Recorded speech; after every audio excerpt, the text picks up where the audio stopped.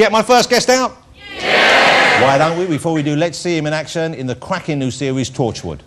The power will run out. I can wait. Jack, help her! Give her a chance to surrender! Have you not seen what she's done? Let it stay in the cells! We can help reverse the process! I told you we're past that! Hold him back! What are you gonna do? Don't ask questions, just get him on there and hold him! What is that stuff? Kind of barbecue sauce. It helps it identify its food. What? Identify its food? I'm sorry. Come on, Tosh, hurry up. You'll kill him. Let me go! Let me help him!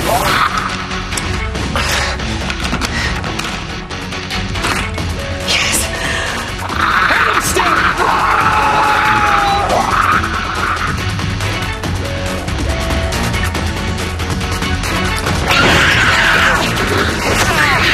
Come on. Come on, a sexy lady robot punches a pterodactyl while Captain Jack goes up in the lift. That's what you want here is it's John Barrowman, ladies and gentlemen.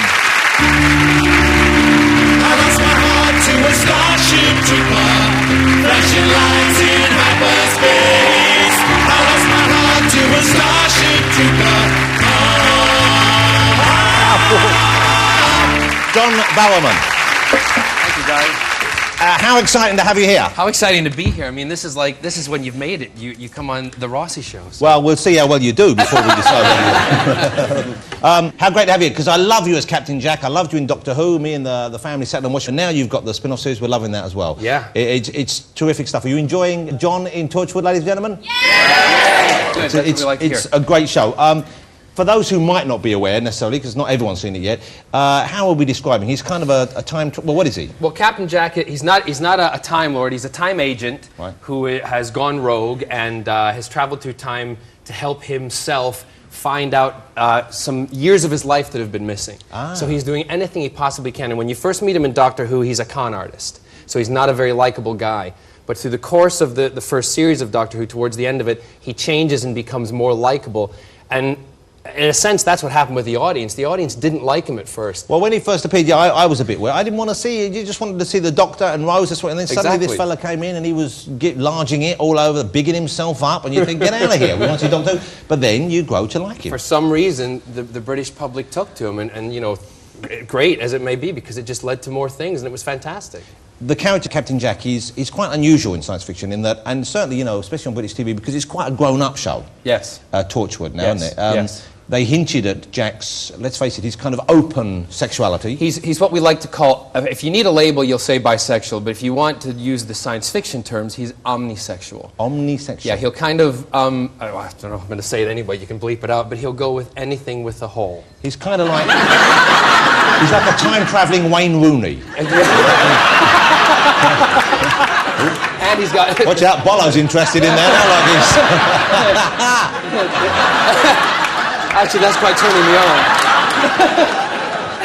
You know what? I might it's have quite some sexy, of that isn't it? well, yeah. Get the Planet Earth cameraman and we'll both have a go. They're quite pliant. Okay, Bollo's interested. Do you think, joking aside though, could you f*** a monkey? Seriously. All right, let me ask you this. No, seriously. If you were trapped on an island, just you, and quite a sexy monkey, and maybe the only other thing you had was like a razor and some shaving cream, right? Yeah. Would you make love with a lady monkey or even a gentleman monkey?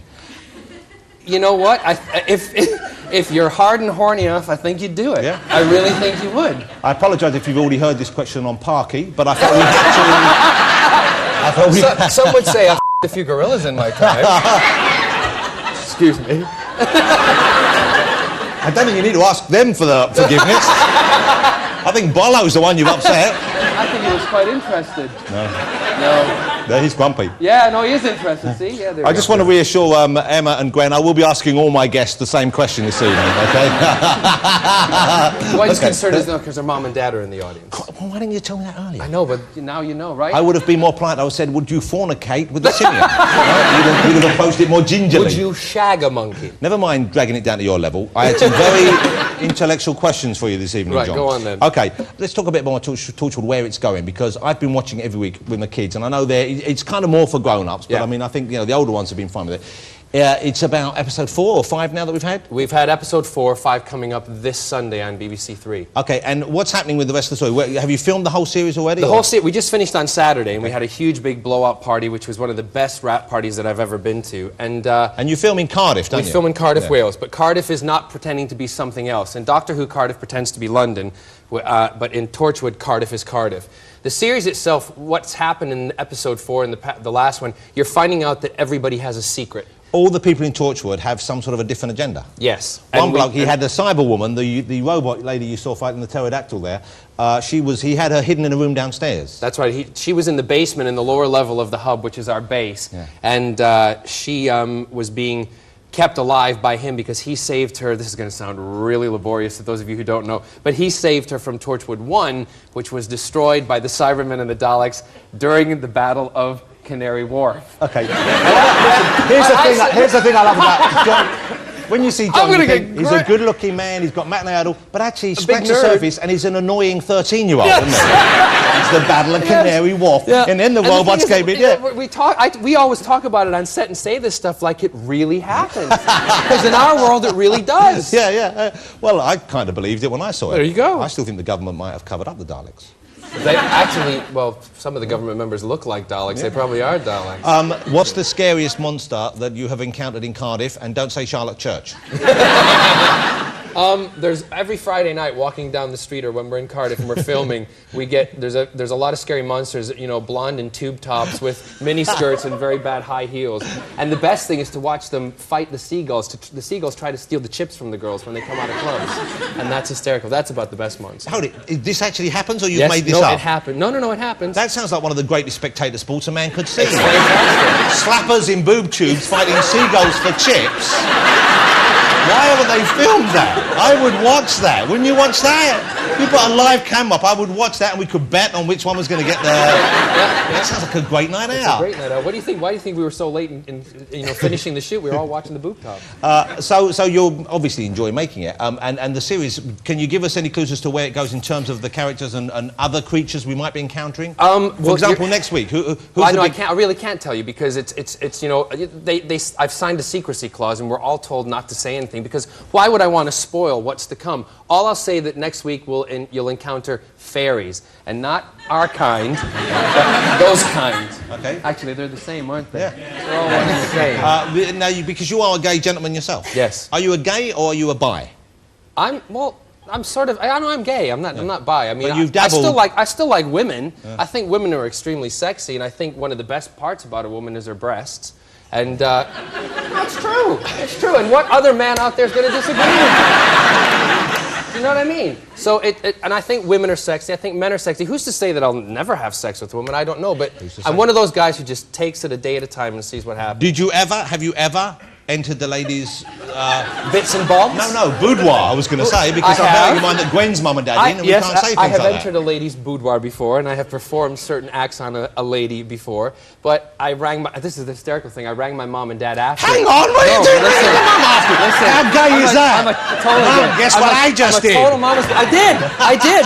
Actually, better story, I was in a fraternity house in college, and they made us all, the stuff you see on television and movies about frat boys are completely true. They lined us all on the floor. I had to lay down, and they put $1 bills in our mouth. I'm going to stand up here. And they had this woman come in, and she was quite hefty, and we're all lying down, and she stood over us and did this, and she took the dollar bills out of her mouth with her chooch. It was like the bearded clam watching it come down on me. And this woman, she snapped it up.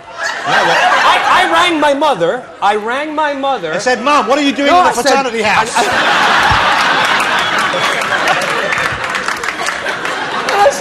I said, what do I do?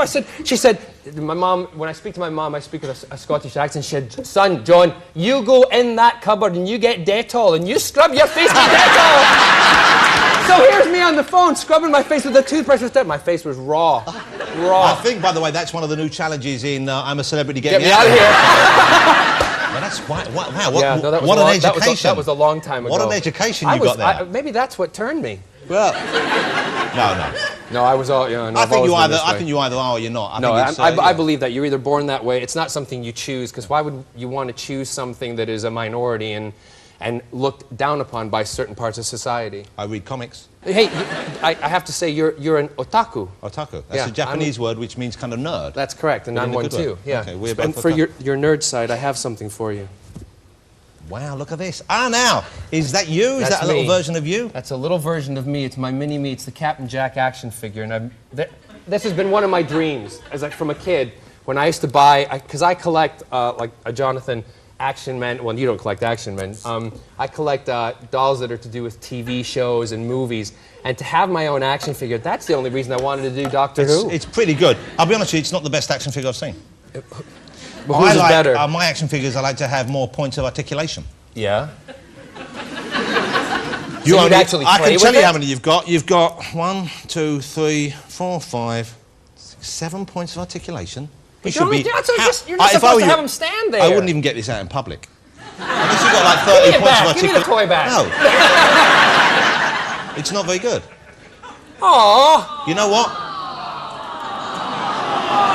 Now you're just being condescending. If I were you, you know what this means? This means they're probably going to write you out of the series. Don't be ridiculous. They would have made a better toy if they were going to They've keep you given me my around. own, for Christ's sake. Yeah, but they're going to kill you off, I bet. Those fairies are going to come and get you. Nah.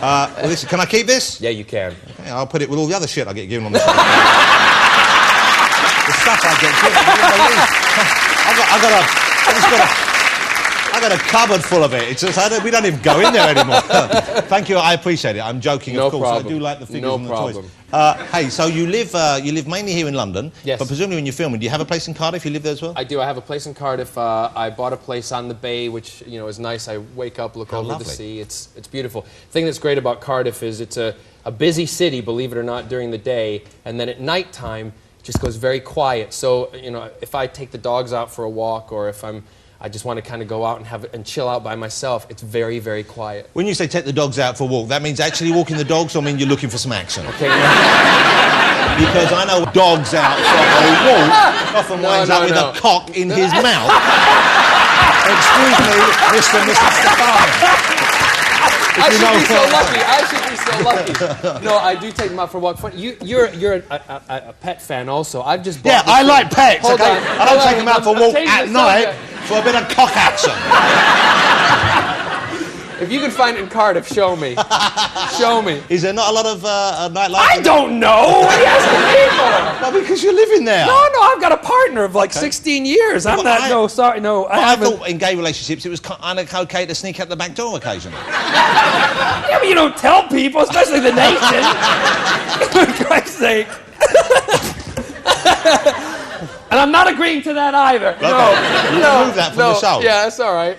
Well, I bought this great thing for my dog, and this shows how much of a nerd I am. Okay. I have a dog, her name's Penny, and she's about 17 years old. And she's my little, I call her my baby, and she has What breed of dog is she? She's an English Cocker Spaniel. Right, lovely and little things, yeah. she has a problem where she can't walk very well. And I don't want to, she's still having a good life and sitting around and being friendly and stuff, and I don't want to put her to sleep. So I've bought her a stroller. And there's me walking around down by the bay at night with Penny in a dog stroller and the other one on a leash. And do you think that's going to attract cock? No. I would love to see a photograph of you out with the dog in the stroller. I will send you a photograph. You know what? How sweet that is. How sweet that you've made the effort and you're still giving her a life. That's the lovely thing. No, and, you know? she's my baby. Well, that's lovely. Yeah. Okay. Now, you mentioned you have a partner. You are with a partner you've been with for how long now? It's about 15, 16 years. Wow, that's a long old time. And are you going to have the civil ceremony? You're going to go ahead and do that? We're looking at dates towards Christmas, and at the moment we're trying to find a place to basically do it. We are going to probably do it in Cardiff if we can get the dates that we want. And is it mainly because of the kind of legal ramifications of getting bonded in that way, or is it something you want to do just because of the relationship you have? Well, I think it's the legal things it does. We don't need to legitimize our relationship because obviously we've legitimized 50 it all. years, yeah. It's on legitimized. many occasions, I'm and sure. our families, and our families know it's there also. But for us, this whole thing with men and women being able to have civil partnerships, it forces people who don't want to accept it. They have have to accept it. Yeah. And that's why we're doing it, because if you're in the position and you really care about someone, why shouldn't you have the rights like anybody else? It's a magnificent step forward, I think. It is. It's a great lovely step thing. forward. And this is a great step forward for this country and Europe, because, you know, the place where I also live, the United States, which claims to be a really free country, they don't do it. Is there going to be a cake? I don't know yet. Maybe there, I see. It hasn't been thought that far in advance yet. You haven't even. I'll probably go down to M&S and buy a cake and just put some things in it, and that'll be fine. That's really depressing, frankly. Do you want to bake me a cake? No, I'm not offering to bake you a cake. I'm just saying it's a big day in your life, and you haven't thought about the thing a cake. the thing is, I don't have. We're going to be probably doing it in the morning, and then I have to go off and do 2 shows, and then I'm going to have the dinner in the evening. And at the dinner, I'll probably We're going to have it at the St. David's Hotel, which is next door to where I live. Well, don't tell everyone. They'll all come and have a gawk at you. Come on down. Come on down. Don't say that. People will Well, all hopefully come now down. they'll make a cake for me. You'll have hundreds of women in boob tubes throwing chips at you as you Revenge. Bring it on. Okay, now here is a thing about John which I find remarkable and also very, very endearing, is that he's an all-round talent. These days, a lot of people on TV, obviously present company accepted, can't do more than one thing. John can do the singing, he can do the dancing, he can do the acting. He's obviously a personable fella. You've done any number of musical theatre performances over the years. I've done about, I think it's 14 or 15 West End musicals. Which are the shows that we would know that you've been in? Oh. And you've had lead roles in these, I believe. I've played the leads in all of them. I've done Miss Saigon, I've done Phantom, I've done... You were Phantom in the Opera? No, I wasn't. I was Raoul. Well, that's not the lead role then. Well, he's a secondary. He's a liar, ladies and gentlemen. Then, someone else got it. I can't...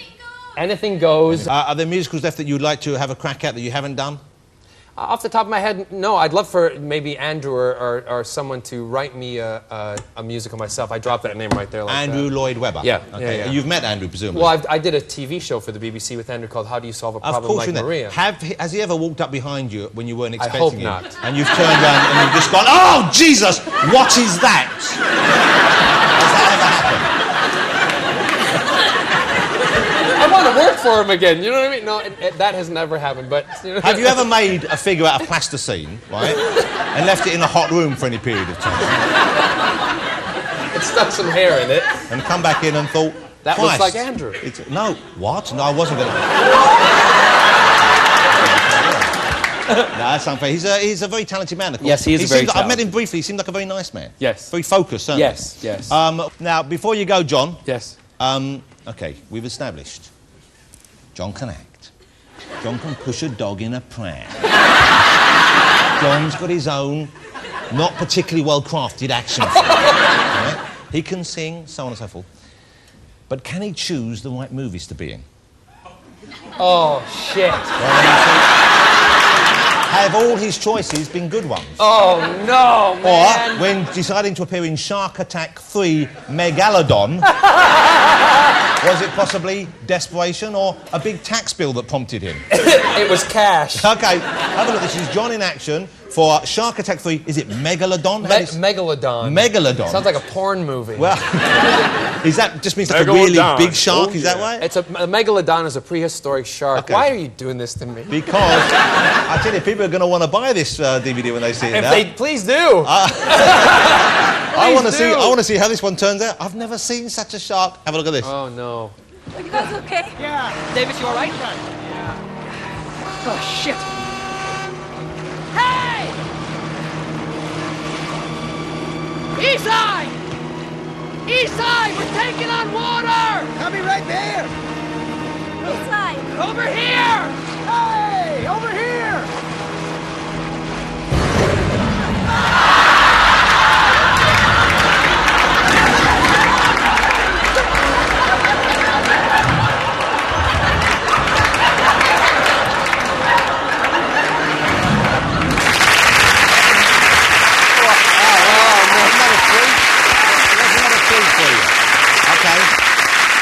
I'm going to ask you about your line, but, you know, I suspect David Attenborough sitting home saying, we've got to do something about our Blue Planet footage. It's not as good as that.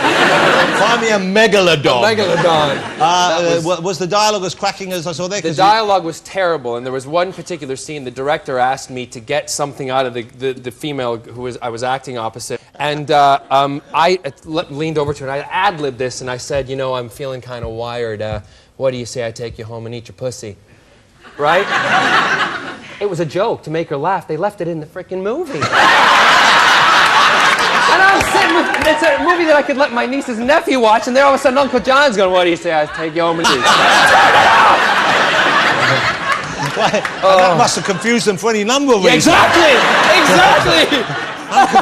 Uncle John can't make his mind up. Uncle John, it's been a pleasure having you here. Thank you very much. Ladies and gentlemen, Mr. John Barrowman. Thank you. Okay, I want to get your number. I want to watch that movie. Dear. Mr. John Barrowman, ladies and gentlemen. What a charming, talented and funny man. Look at that. Uncle John's at it again, kids. Okay, now, can I just say,